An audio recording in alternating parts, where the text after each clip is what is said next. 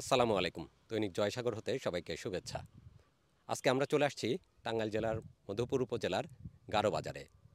টাঙ্গাইলের এই অঞ্চলটি হচ্ছে আনারসের জন্য প্রসিদ্ধ এলাকা।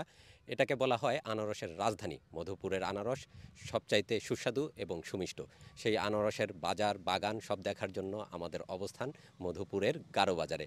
আমার পিছনে দেখতে পাচ্ছেন অজস্র আনারস বাগানে ফলে আছে। সুমিষ্ট সেই সব আনারস বাগান থেকে কাটা হচ্ছে এবং কিছুটা পরেই সামনে গারো বাজার, সেই বাজারে নিয়ে যাওয়া হচ্ছে বিক্রি করার জন্য। প্রচুর ফলন এবছর। আর এবছর কৃষকেরা যথেষ্ট সন্তুষ্ট, কারণ বাজারে আনারসের দামও বেশ ভালো পাওয়া যাচ্ছে। আচ্ছা, এক গাড়ি কত টাকায় বিক্রি হবে না কি হিসেবে বিক্রি হবে?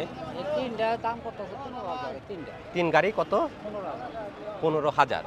দাম কি আল্লাহ দিলে ভালো আছে এবছর? হ্যাঁ, আল্লাহ দিলে লাভ আছে? এটা তো হেভি দাম। এবারে খুব ভালো দাম যাচ্ছে না? হ্যাঁ। ঠিক আছে। এটা তো আগামীতে মনে করেন যে ৩ গাড়ি বেচছি হ্যাঁ, ৬,০০০ টাকা।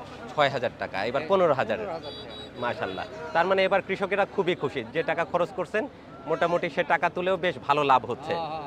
যারা আনারস চাষি তারা প্রচণ্ড রকমের আনন্দিত। এবছর যা খরচ করেছেন সেই সমস্ত টাকা তো তুলেছেনই, সেই সাথে তারা লাভের কিছুটা মুখও দেখেছেন।